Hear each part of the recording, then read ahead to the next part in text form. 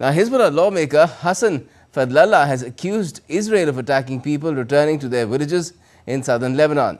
The Israeli military has urged residents of towns along the border strip not to return yet for their own safety.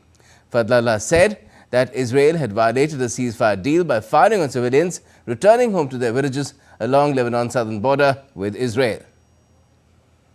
Today's message must be completed by having a national decision, first, to build a strong, just and capable state, and second, by having an army with the most modern weapons, and for its decision to be that of cabinet and government to counter any Israeli violation. There are violations today by Israel. Even in this form, we are with the state countering and carrying out its full role. That is why we say it too. Well, let's get the latest from my colleague Jessica Tareja joining us from the newsroom. Hi, Jessica. What can you tell us about these incidents? Are they seen as stray incidents following the ceasefire, which still holds, or is the ceasefire now in tatters?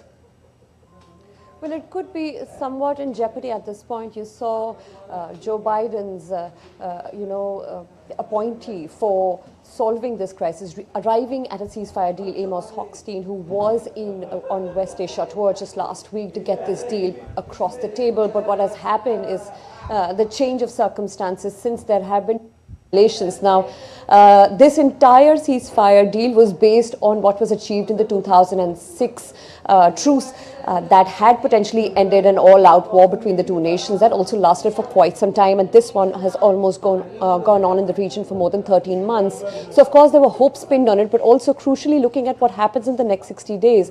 Now, the question everyone asking right now at this point is, will this entire ceasefire hold, or will this entire agreement now see anything that would look at cessation of hostilities, as the Americans have pointed out?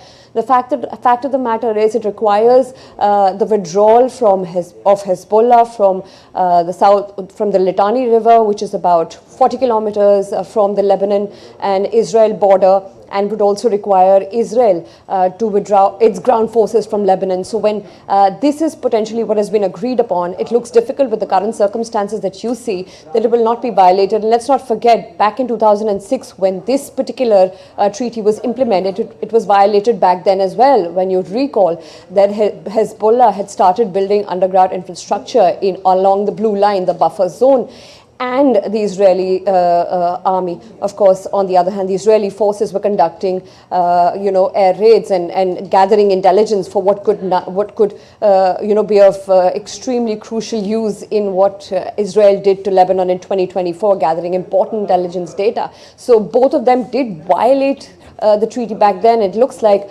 it won't hold for much longer with the way this is proceeding, because Israel has clearly said that it will take military action if there are any violations.